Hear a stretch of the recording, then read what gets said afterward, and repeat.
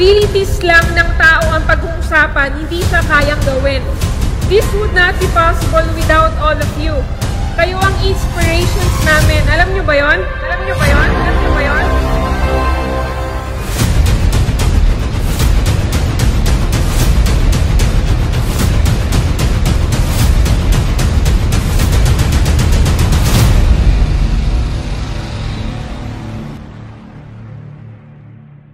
Cash flow quadrant. Oh. I'm sure yung iba dito aware na dito, no? So explain ko na lang ulit. Ano bang ibig sabihin nito? Cash flow quadrant. Sabi dito, meron daw 4 types ng tao sa society. Isa-isayin natin. E. Letter E. Ano ba ibig sabihin? Sa left to na tayo. E for employees. You have a job. May trabaho ka. Example, call center agent, nurse, teacher, ganyan. No? So, S naman for self-employed or small business. Ito naman, you own a job. Pag may-ari mo yung trabaho mo. Example, doctor, lawyer, engineers, di ba? Tapos, small businesses like sari-sari store, food cart business, or direct selling, benta-benta. Small business yon. So, sa left quadrant yan. They don't have a job, no? But they own it. He is the job. Pag may-ari niya yung trabaho niya. Ito yung mga tao na ayaw nila ng may boss. No? They are their own boss. Gusto nila may freedom sila.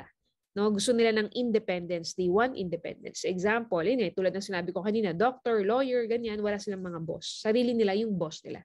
Small business, yan, sari-sari store, food cart, or benta-benta. Yang dalawang yan, yung both E and S, question. Guys, may tanong ako, if ever man magkaroon ng emergency, example, magkasakit, di ba? Hindi natin masabi. Pag hindi sila nag-work, question, may income ba sila or wala? Sige nga, yung side na yan, yung mga binanggit ko kanina, may income ba sila or wala? Dami nag-type, wala. In short, meaning, no work, no pay. Correct? Example, doctor ako, nagkasakit ako, may pasyente ako, no? Tapos nagkasakit ako. Pwede ko bang ipasa yung pagiging doctor ko sa iba? Siyempre, hindi. Meaning, dito rin nagfo-fall yung tinatawag na singleness. Ibig sabihin, singleness, no? From the root word single. Kumbaga sila lang ang pwedeng gumawa ng trabaho nila. Hindi pwedeng ipasa sa iba. Okay? No work, no pay. Are you learning? Ngayon, move naman tayo sa right side. B for big business owners. B for big business. Ito naman, you own a system. No, example, fast food, ganyan, yung Jollibee, McDonald's, ganyan, house for rent. So, big business yon. Ito, dito natin pwede i-apply yung tinatawag na duplication. No, guys, ito sa side na to, pwede natin i-apply yung word na term na duplication, which is ito yung mga ginagawa ng mga mayaman or rich people. Ito naman, law of leverage, familiar? Law of leverage. Guys, ito naman, ito yung main secret, no? Ito yung main secret ng mga successful businessman. Alam nyo, open secret ito. Ibig sabihin, ito yung sikreto nila. Bakit sila kumikita ng malaki, no? Pero this is open for all once na nalaman mo. From the root word lever, napapadali ang isang bagay. Nag-hire sila ng tao to do the job for them. They are hiring people to do the job for them. Alam nyo, may kilala ko, true story, di ba? Nag-work siya, tapos, di ba, nag-ipon, no? Di ba yun naman ang goal ng mga OFW, magtatrabaho ka, tapos mag-ipon ka, then pag-uwi mo ng Philippines, mag-open ka ng small business, no? Alam nyo, may kilala ko, nag-open ng botika sa probinsya nila. After niya mag-open, di ba? So, inasikaso niya, nag-operate siya, bumalik na siya sa ibang bansa ulit para magtrabaho ulit kasi nga naubos na yung money niya, invest na niya sa botika. 2 years after, no, nagtrabaho siya, di ba? 2 years after, bumalik siya sa probinsya nila. Pagbalik niya, alam niyo yung botika niya? Alam niyo yung inopen niyang botika? Tinabihan na ng mercury. Tinabihan na ng mercury. Alam niyo yung nangyari sa botika niya? Oh, naging butiki na.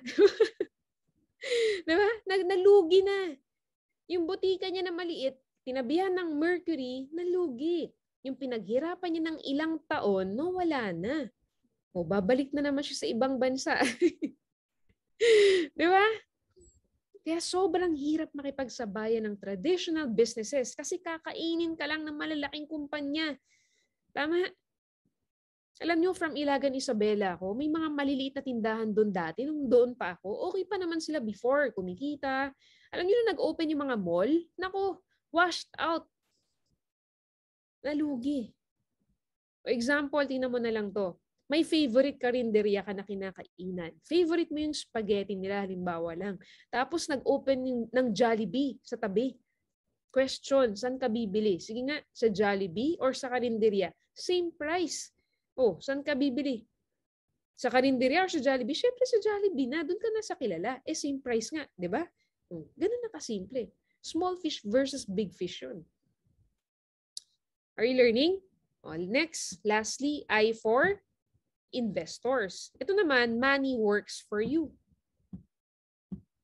Money works for you. LOI, living on interest.